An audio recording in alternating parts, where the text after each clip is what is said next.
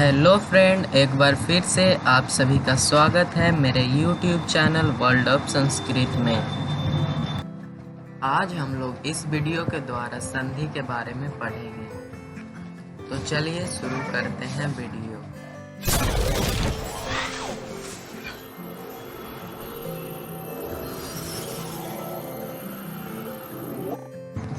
संधि शब्द का अर्थ है मेल या जोड़।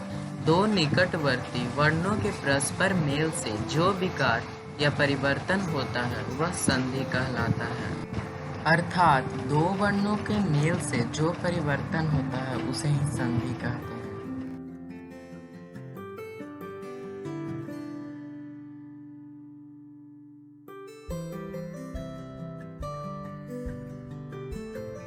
पहला उदाहरण जो संतोष का है वह व्यंजन संधि का उदाहरण है।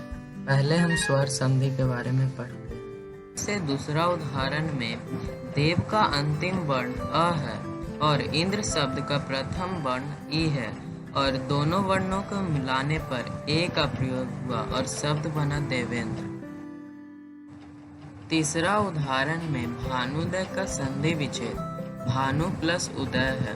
भानु शब्द का अंतिम वर्ण में छोटा ऊ है और उदय शब्द का भी प्रथम वर्ण छोटा ऊ है और दोनों को जोड़ने पर बड़ी ऊ बना।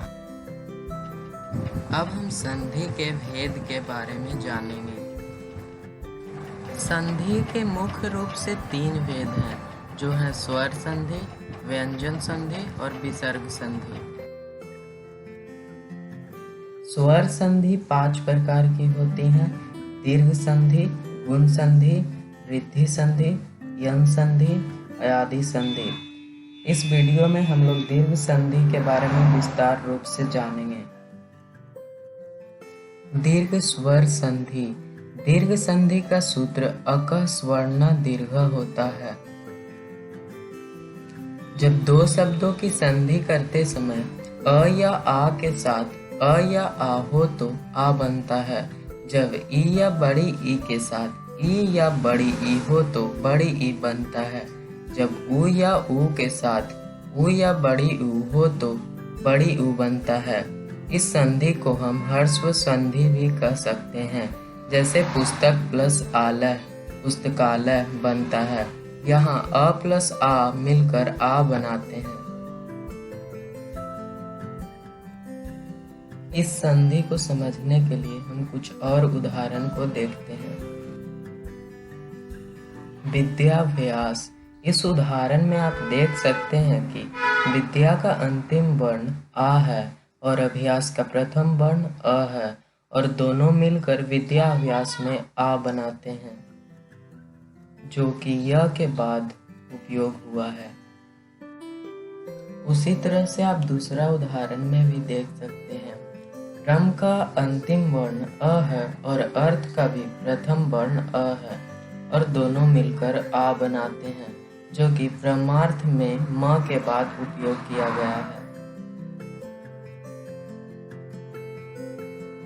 गिरी प्लस ईस। ग्रीस में छोटी ई की मात्रा है और ईस में बड़ी ई की मात्रा है और ग्रीस में दोनों की जगह बड़ी ई का प्रयोग हुआ है। उसी तरह से आप भानुदय में भी देख सकते हैं कि दो छोटी ऊ के जगह बड़ी ऊ का उपयोग किया गया है, जो कि भानुदय में न के बाद उपयोग किया गया है।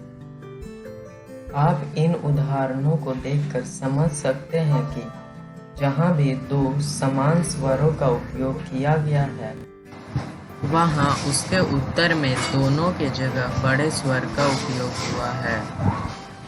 इसका अर्थ यह हुआ कि जब दो स्वर एक जैसे होंगे तब वहाँ पर बड़ा स्वर का उपयोग होगा।